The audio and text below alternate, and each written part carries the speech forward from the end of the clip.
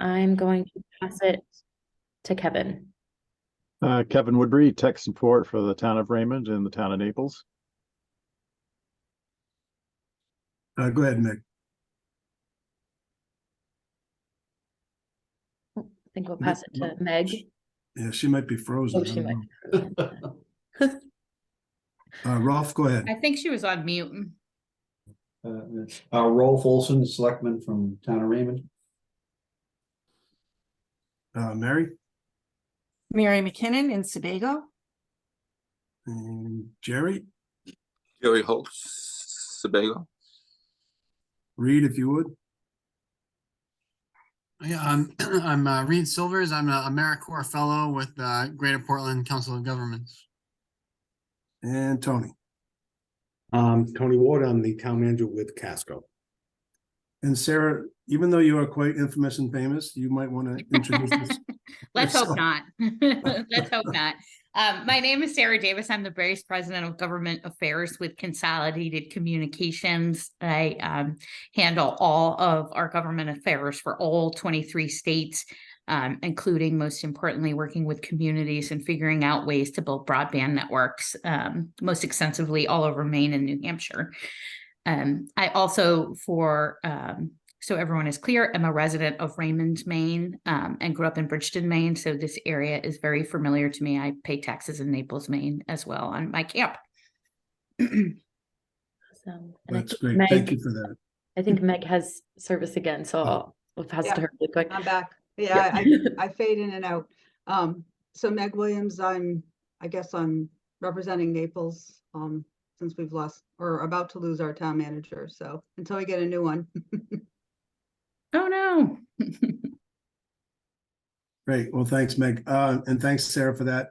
So, Sarah, just to kick this off, the proposal that you folks placed, I was trying to remember how old it is to this point.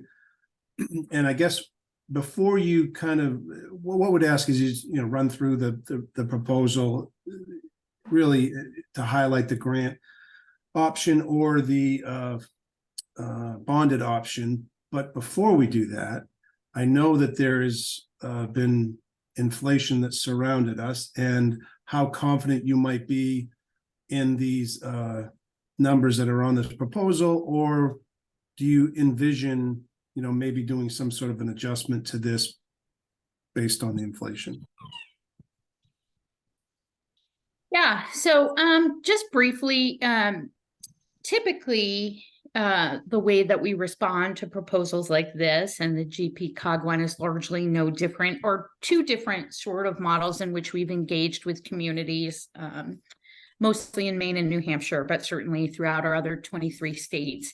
And that is really two ways. And one is that the town proceeds by taking out a bond to finance a network, and then Consolidated assesses a user fee to each subscriber on the network and essentially commits to pay back the bond for the town over the life of the bonding cycle, which is typically 30 years. And so we basically, take whatever the bond is plus interest and what those payments are monthly. We project out take rate ramp up and what we ultimately think the terminal penetration will be.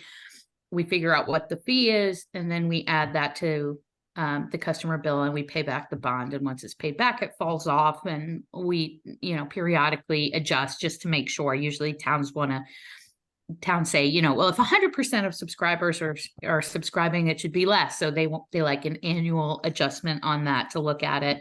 And so, we agree to do that. And that's sort of that proposal in a nutshell. There's not a lot more or less to it. Our offering is the same in both proposals. You can find all of our information. This one's sort of older vintage, so there's been some pricing updates on our Fidium service, although it's all lower. It's all good news story. But it's all fiber to the premise service, starting at a 50 over 50 meg symmetrical offering up to a 2 gig over 2 gig offering.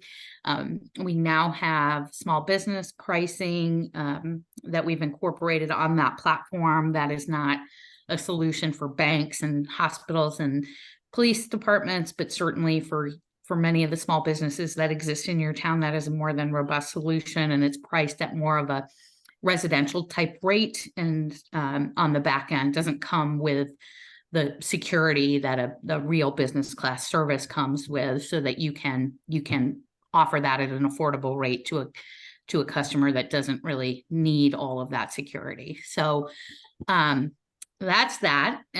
On the grant proposal, these are always hard to answer, right? Because you're sort of theorizing. Can I ask a question, since we were talking small business? Yeah. I think it's a misleading thing to say that small business does not have the same needs that a large business has, or even a residential for security. Everybody has the same need for security, and the small businesses actually over a hospital do much. I can tell you from my small business, I'm an IT consultant, have a much larger bandwidth need than any bank around. So I don't think you should be classifying small businesses differently than any other business. So essentially, Kevin, it's trade-offs is what I'm talking about. So, if you're a business, any bit of any size, you engage with our team. And if you're a hospital, you come to us and our team and you say, listen, I can't be offline for 10 seconds. Yeah. Never mind 10 minutes. And so then we write into a contract SLAs that say you will not be down for more than, 3 minutes in a calendar month. And then with that, obviously comes increased support, which comes increased pricing. And small businesses typically are willing to say, I am willing to give up that kind of uptime and those kind of things because I would prefer lower pricing. So that's what I'm referring to, Kevin, is that those are the conversations that tend to happen. Right. Small businesses run on thin margins, and they make decisions that are maybe more consumer grade, what I would consider consumer grade, whereas a hospital can't do that. You see? Right, but I would tell you, like, I can't afford to be down at all, and I have backup with Starlink so that I am never down. I have a backup generator. So, That's great. and there are a lot of small businesses that deal with clients that need to, they're in the IT business, that are selling things that need to, they have their own websites internally. I mean, it's just nowadays. Sure. So what are you, I guess, what are you, Well, we have a full suite of solutions, and the Fidium one is more consumer grade. I guess maybe just Right. end it at that. Will that make you feel like I've indicated it appropriately? I guess, It's closer to a consumer grade product, and it's right.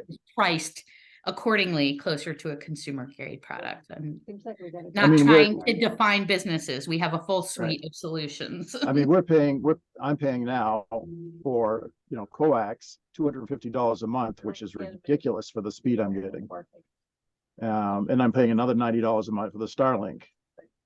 And so I think, to stay in business, I have to have those costs, but we're hoping that we'll be able to offer, a more reasonable solution with fiber to the premise for all the small businesses, which are a growing number of people in all these towns, because people are moving out to the suburbs, to be away from everything and to have a better quality of life, yet still have the same quality of fiber connectivity and service and pricing that happens in the larger areas. Our pricing is consistent across the board and lower than anything we're seeing from any other fiber to the premise provider. So I don't know what you want me to say. Well, no, I'm saying not sure where you're going with this. Well, I'm trying to say, as we build this infrastructure, and who has, we're trying to make it more competitive for the people in the towns, not having a corporate infrastructure pricing model. We're trying to have a consumer-based pricing model so that people get better service for a better price is the So end that's run. interesting that you say that. So we are corporate. We do not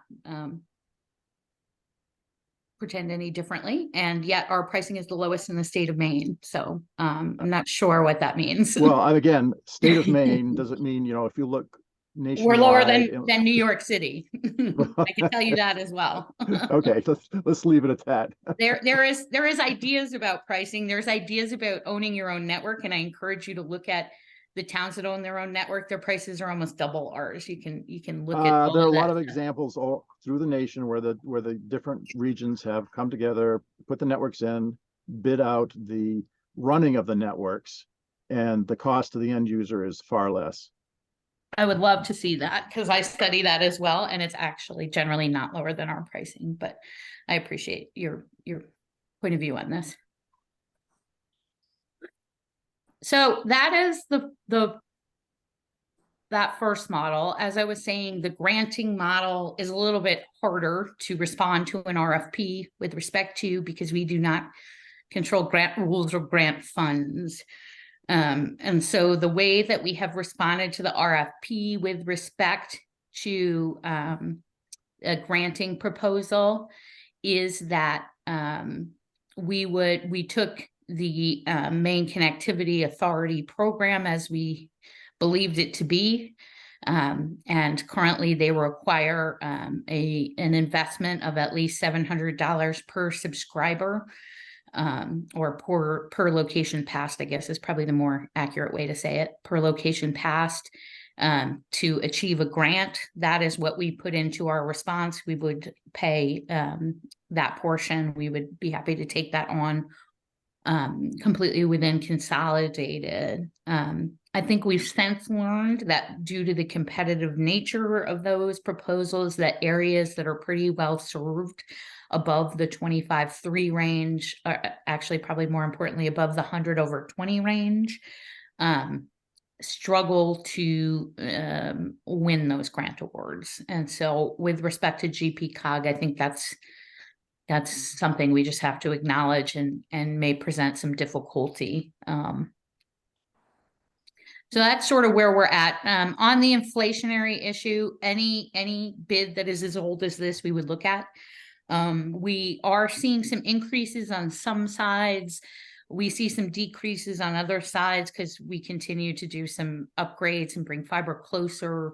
So I won't uniformly say this would go up. We would want to take a look at it. It could go down slightly. It could stay flat. It might go up a little bit.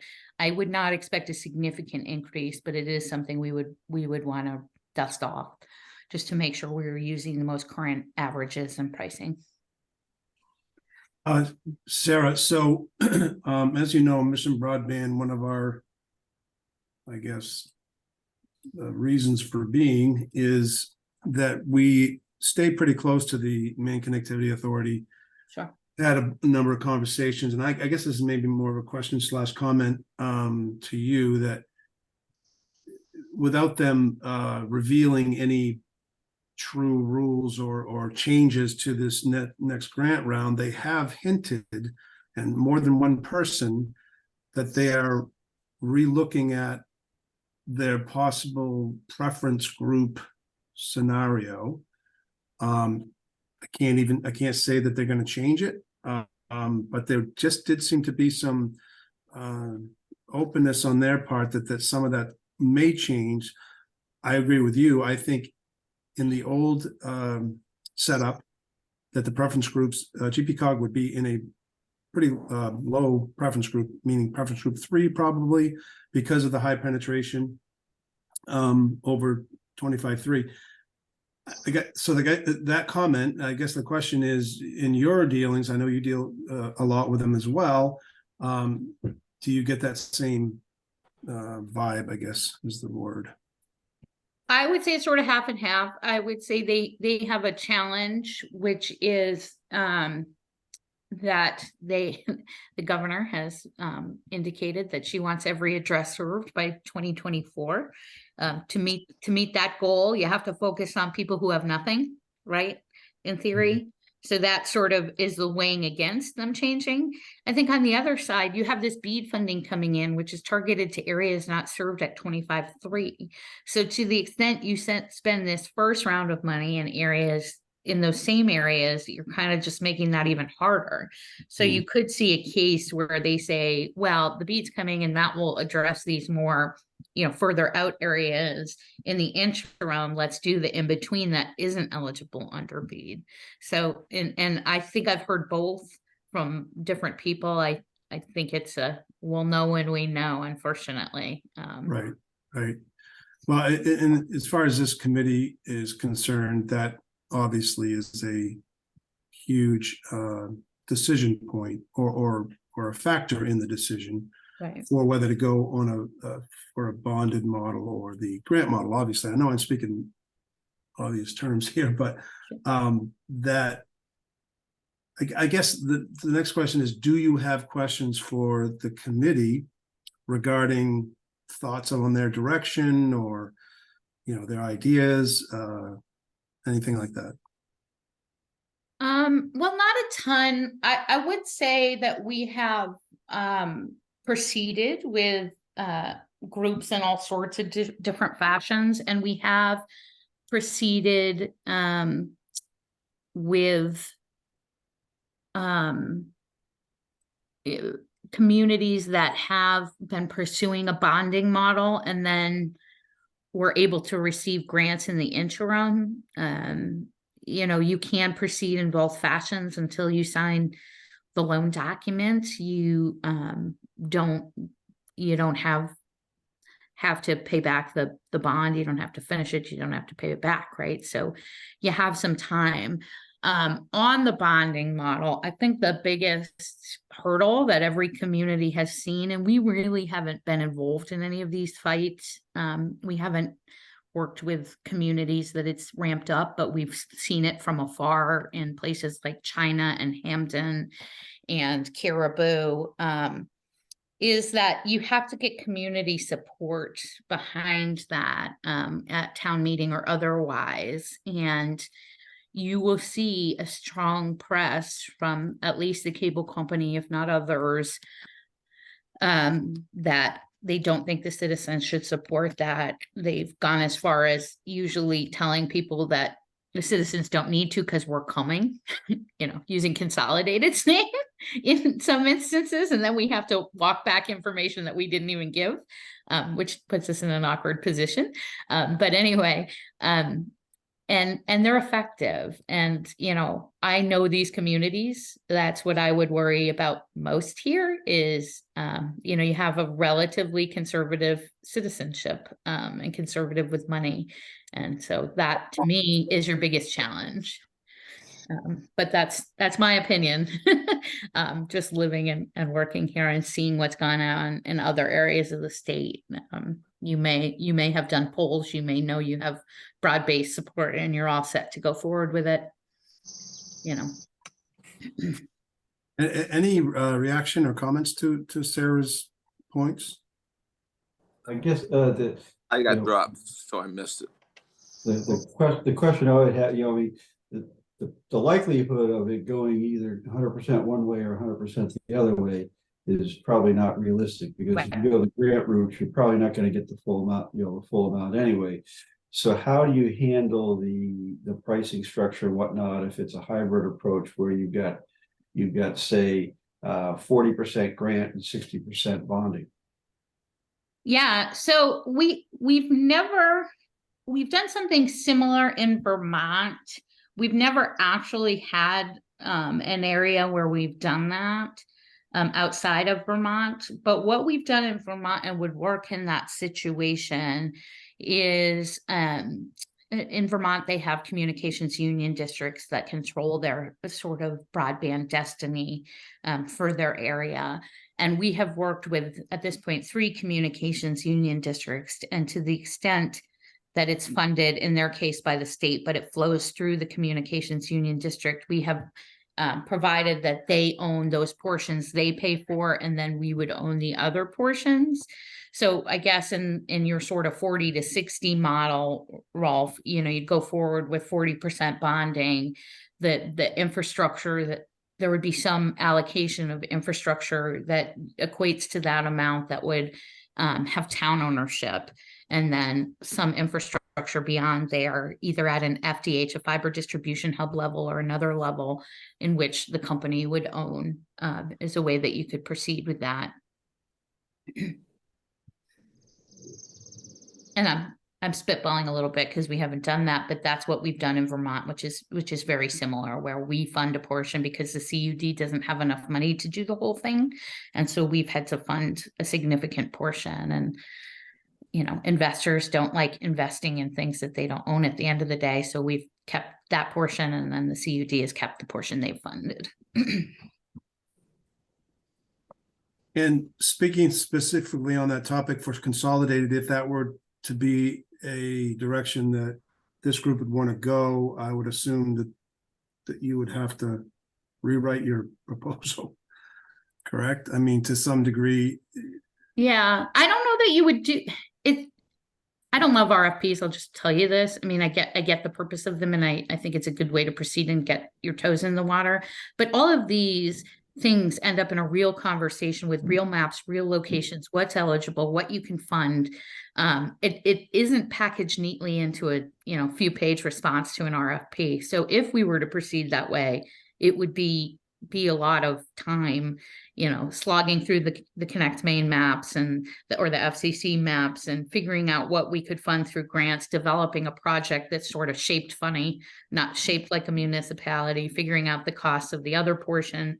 You can fund sort of F1 fiber out to where you have to serve at the edges. And so you serve a large portion of the town that's already served. But then you have to pay for the legs off that. And, I mean, it just takes that kind of slogging, David, right? I mean, so Yep. we would, yes, it would change. The short answer is yes, it would obviously change what we would do, what our response would be. I'm not sure you get there through an RFP process. I think it's a lot of hard work between the communities and us, and sort of trying to develop the best project. Right. That actually lends to other answers that we've had, at least Mission Broadband, from other customers as well, that it takes almost a high level design or some sort of network design where you get boots on the ground and really get down and dirty on the pricing and the cost to the community if it was going to be a bud type thing. So what I hear you saying is that it would really take a decision by a committee like this that says we're going to partner with Consolidated and we're going to go this route. I mean, Rolf, I think what you're talking about is probably, in this situation, one of the best ways you could approach it. But to Sarah's point, and I've been around networking long enough to know you couldn't just do that off a piece of paper. It would require commitment from, to partner and then to move forward and figure out the nitty gritty of what the network would look like and what would cost. So just my 2 cents. Any questions from any you folks? I think. Yeah, I got another. Sorry. No, go ahead, Ken. Yeah, go ahead. Not sort of another, not really technical, but a transparency question. Do you have I'm assuming you would have a customer portal where each customer can look up the bills and amount of data used and so forth. But do you have an admin portal so that each technical representative from a specific town can see, they can actually go in and request the reports or monitor, all of the trouble tickets for that town, the performance, that has gone on for all the different lines in the town. I mean, No. we need to have some transparency so we know that the vendor is standing up to what they've said they would with their SLAs. Just, I'm a technical person, been in this for, since 1970. You can't trust the vendors unless you have the ability to look at the data yourself. And we need to have that. We don't have that. We have committed in agreements to certain reporting on our portion, sort of semi-annually or annually on different metrics. But that's what you don't have to like it. I'm just giving you the answer. Oh, I know. I'm just saying what we're trying to get is something that, we're really, as the owners of a network that somebody else is going to be running for us, and that's the way we look at it, is we need to be able to make sure that the person that's running that network is performing the way they should. I think the way you've stated is not the only way to do that. But What am I? I'm just a taxpayer, right, Kevin? You're Yeah, in well, charge. I just get I one vote. got 40 years of experience with vendors and networks. So that's what I've seen is the end user, the technical end user for the representing the towns should have that ability. Sarah, what would it look like if we did nothing? This group did nothing. What kind of service would you still put out? I don't think there are any plans. So we plan now for 24. And so there's no plans to build fiber to the premise in any of these towns in 24. We're building this year in the Bridgeton area, and then have plans in 24 in the Windham area, but not these areas. That's really all I can speak to. That's a short way of saying if it's not in a plan, it's not something that, I can tell you will happen. I can't tell you for certain it won't happen either, but there certainly isn't a plan that I know of for that in the immediate future. So. So actually back to Kevin's point. So what Kevin, I think is, well, I don't want to speak for him, but I think what he's describing is a true BUD setup, right? Where you have the BUD is the owner of the network. Consolidated in this case would be the provider partnered with to come in and run it as the ISP. And in that situation, Sarah, wouldn't you see more of that transparency that Kevin's talking about? Where you would share a lot of that information? We certainly share information. What I heard was a portal, and we just don't have that. So I didn't want to indicate anything different. Okay, no, good point. Well, I think no matter who we allow, into the town, I think we have to have more, visibility into how they're running our network and what the response times and what the trouble tickets are, on a basis that we can request, not, once a quarter, once a year. That's kind of meaningless. It's really tough, especially with Spectrum. You don't get anything right now at all. And we need to improve that. On the roads, people see the roads, they can go to the Department of Transportation, the main DOT, or they can go to their town's, transportation facilities department and talk to them and get an answer. But we're talking about something that we use all day long, every day, and we can't get answers on the performance. So I think we need to change that. Yeah, and we like to set timeframes for requesting that information because we just can't be administering things all day long. That's just the reality on the other end. That would be a portal, and if there's an issue, we need to be on. The town needs to not say, okay, talk to some, and then this is just infuriating. Oh, level 1, support, level 2 support. Wait around for hours for things getting something fixed. That's not acceptable in this day and age.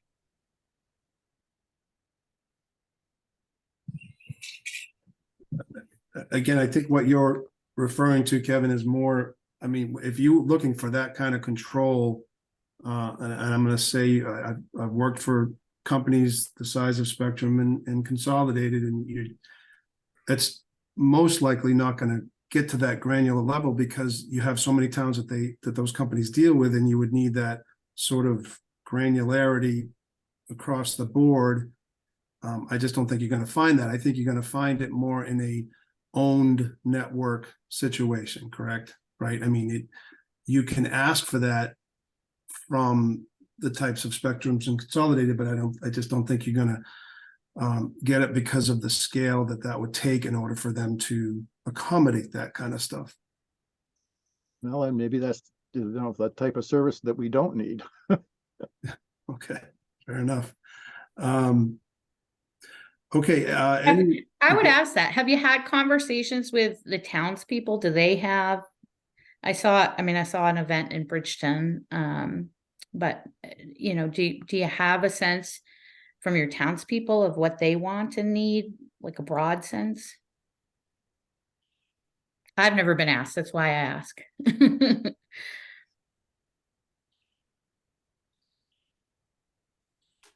I'll I- speak on behalf I of. would council. recommend that.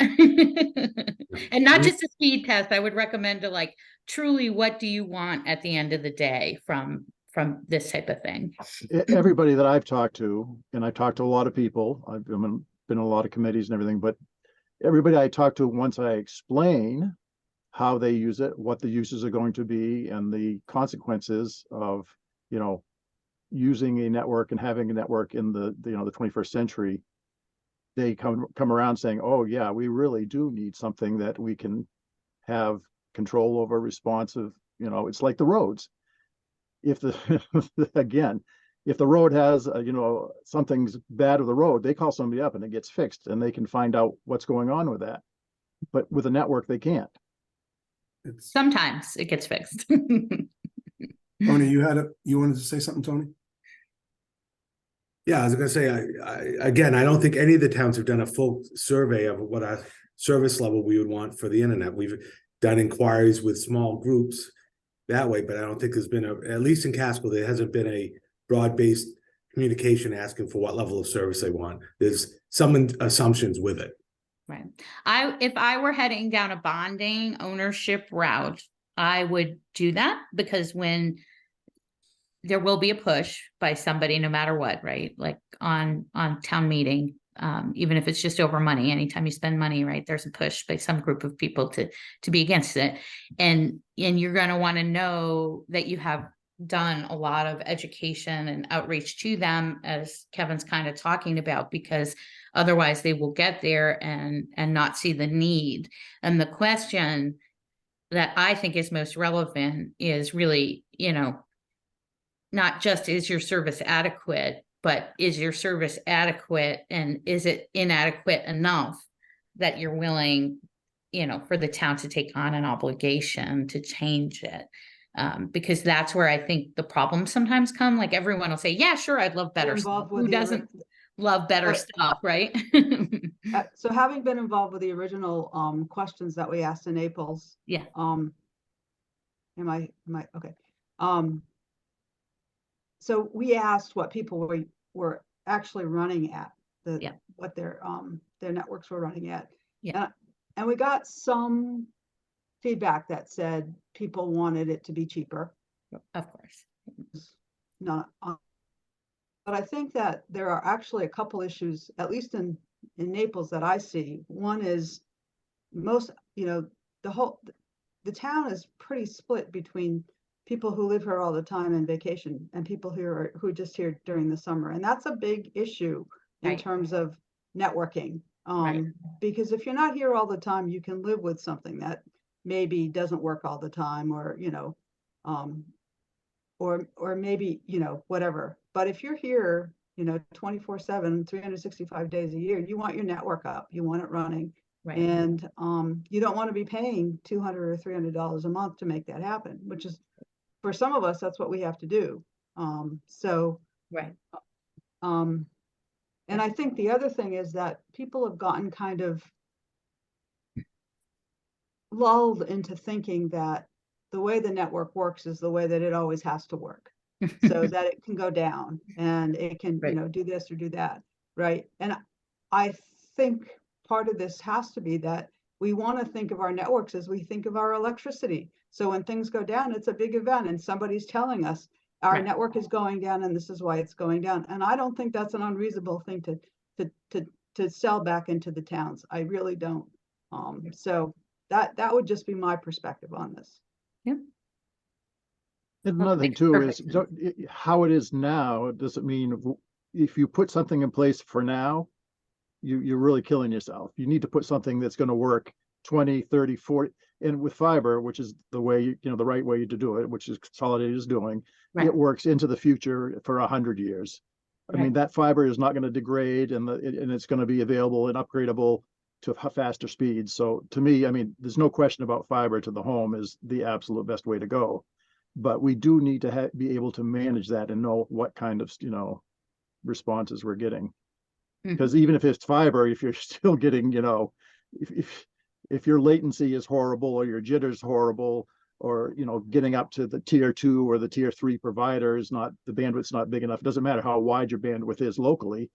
If you're not supplying it, getting supplied enough, you know, bandwidth up to the next tier in the internet, it still doesn't help you out much. And I will say that that's one of the best things we do. And again, you know, to some extent, I get that you don't believe me because I work for the company. So of course I say what I want to say. But I encourage you to talk to the towns where we built fiber. You know, we use 100 gig uplinks that ring all of our central offices. And so where many fiber providers, particularly small ones, come in and are built for 2 gigs of service out of town. And if God forbid anyone uses all the bandwidth they have, they're out of bandwidth. We build redundant rings through all of our COs with 100 gig uplink, so that we're prepared for bandwidth usage. Is there a power backup system for this? Like, you know, we have a storm and we lose power. I have a generator, but I still don't have internet. Yeah, it depends what the power outage affects. In our case, we build a GPON network and it's passive all the way from the central office to the end user. And so as a result, all of our central offices have generator power. So as a result, we can keep the connection going from our central office. What you see you're probably on a hybrid coax model, or probably just on a coax model, you'll see equipment in the field. And so what you're experiencing there is that the equipment in the field has gone down because it's probably in the same area of the power outage, and that's why you don't have it. In our case, you know, it shouldn't be impacted because all of our central offices have that. You will need a generator at your house. I mean, no question, a modem and router requires power, right? So, right. You know, we say that all the time. And then with the VoIP service, you know, we recommend battery backup if you don't have a generator, because you're going to, you know, if you need to call out, you're going to want that VoIP service to work. So yeah, and it will keep up there. So you mentioned the XGS PON, which is good for, you know, what I'd say the regular consumer level. Do you have AON active network for businesses? Yes. Okay. Yes, we have a full suite of business services, all different types. And you supported the SFP plus standard for single mode fiber to the business. Yep.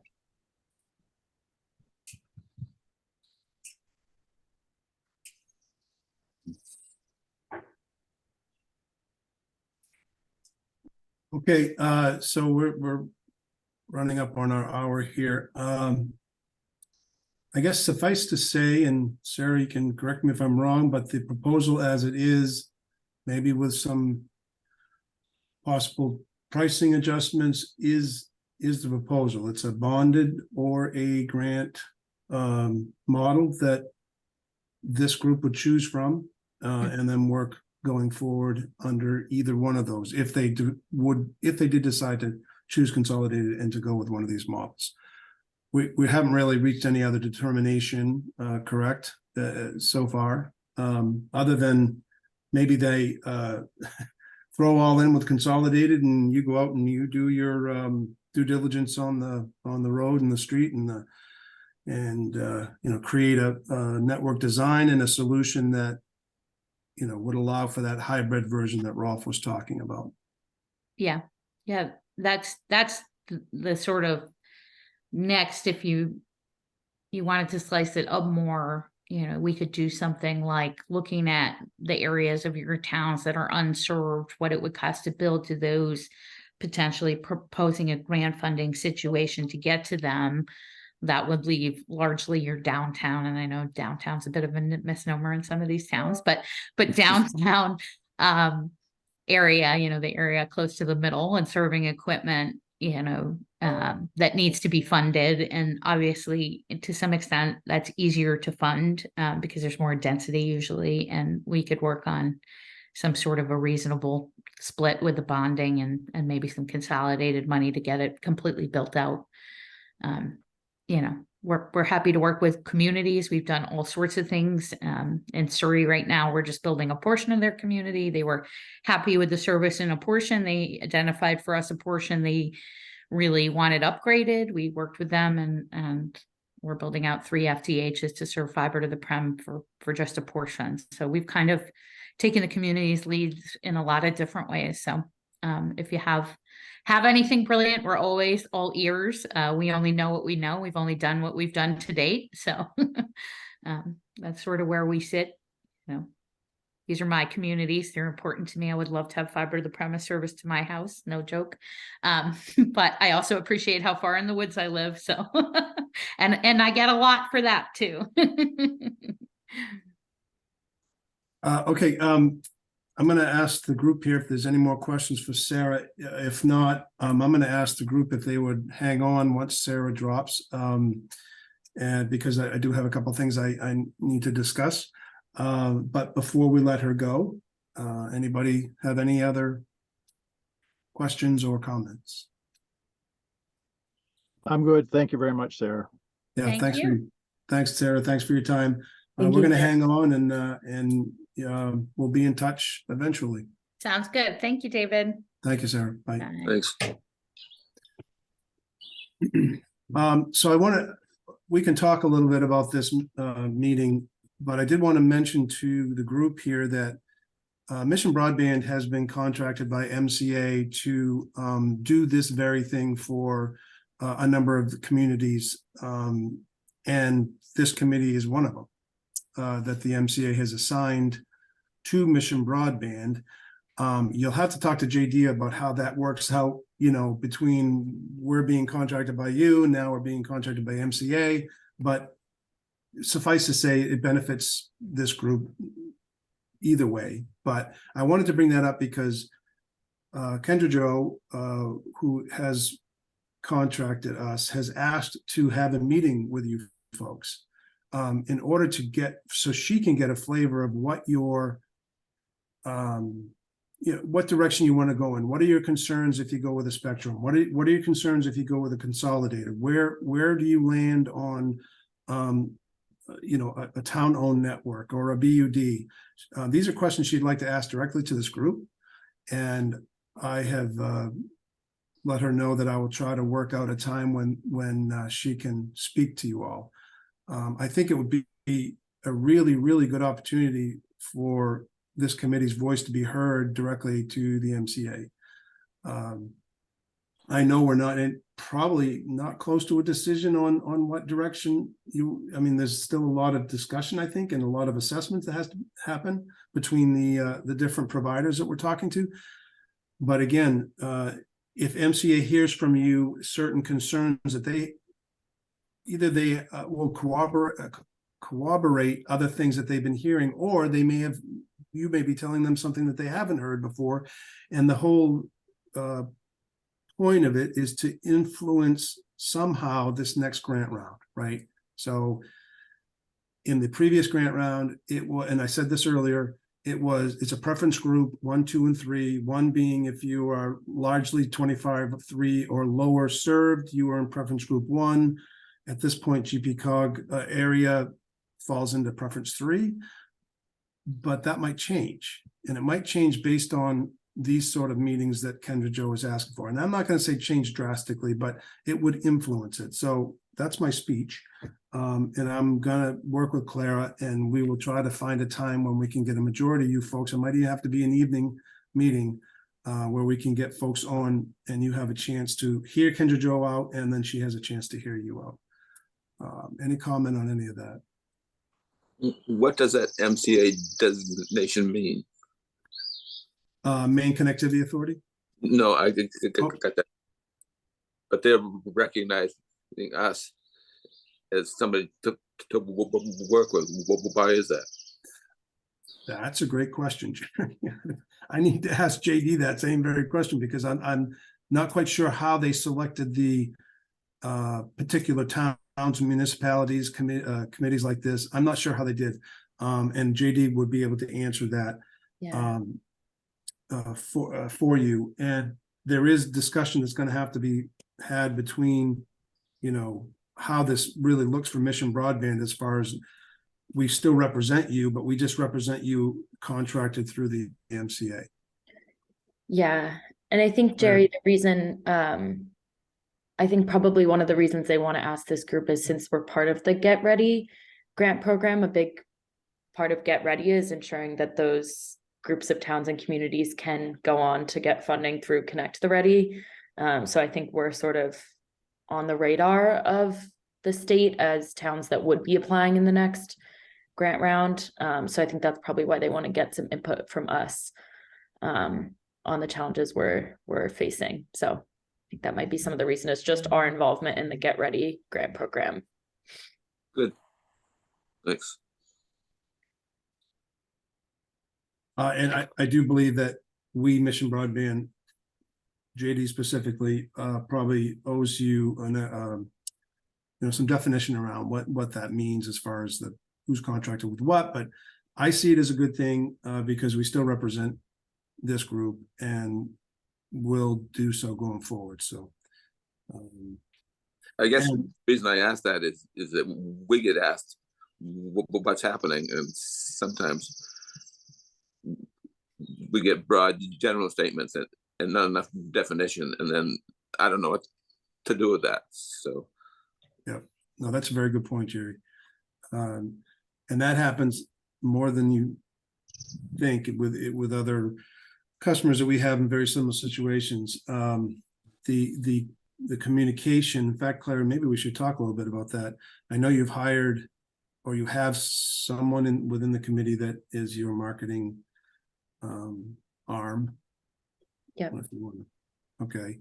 Yeah. Yeah.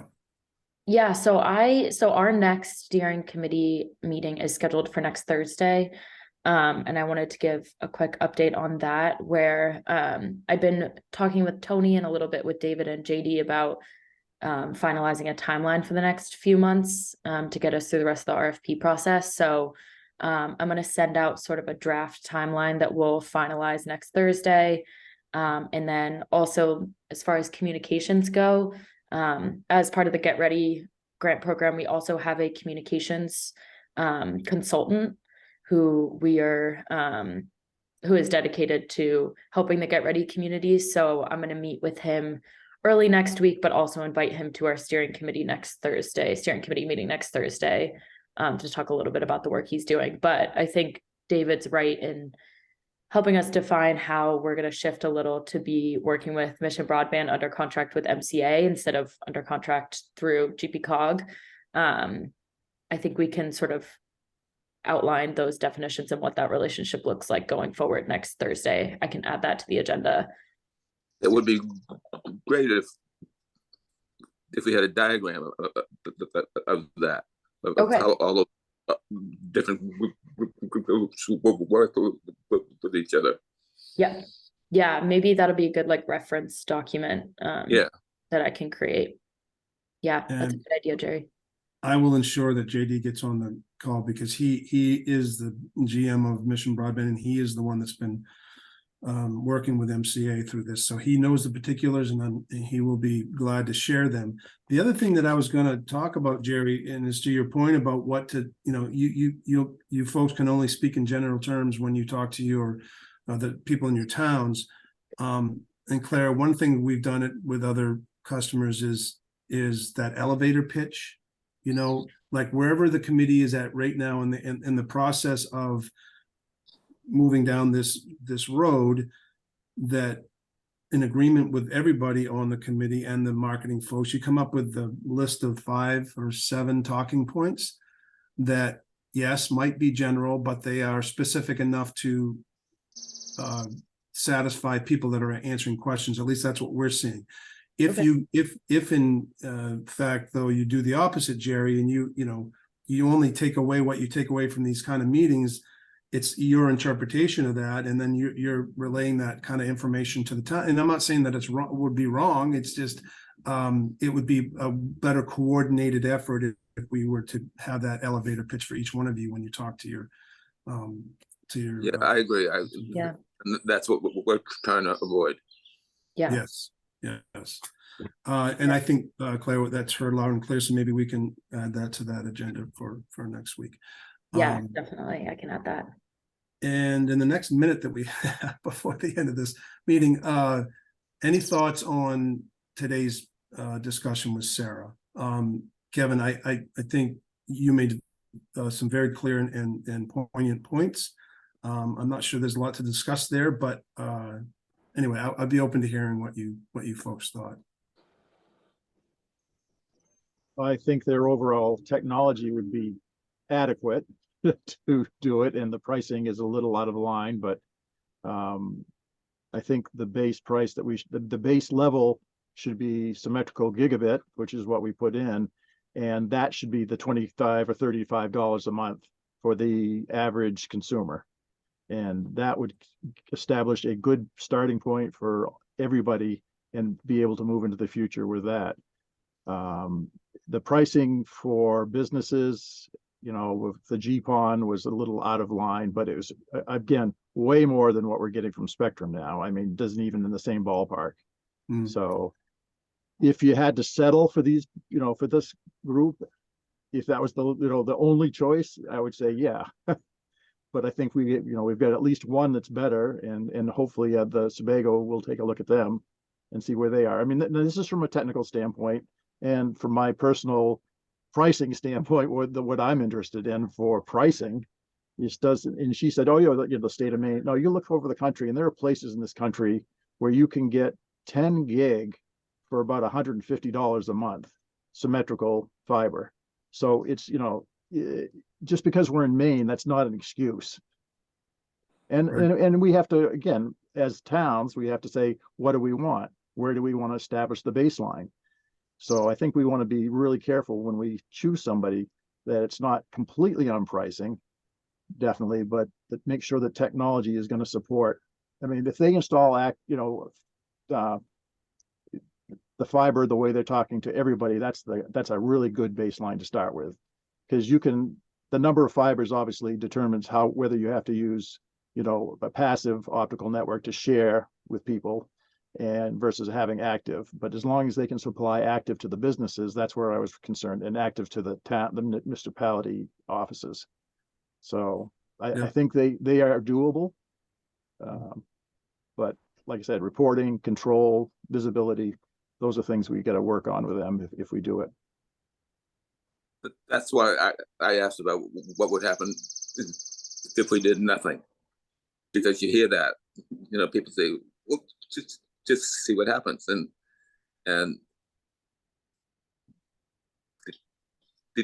the obvious answer was in 2035 that might happen. Yeah, the do nothing, I think you would find that Charter Spectrum would be your solution if you did nothing. So that's just that's an opinion. That's not a Mission Broadband opinion. Okay, I don't know if anybody else has any more questions. All right, well, thanks for your time, Claire. Thank you for getting this together. This really was helpful. Yeah, this was great. Thank you, everyone, for making the time. And we'll look to talk to you next week. Sounds good. Thanks, everyone. Bye. Bye.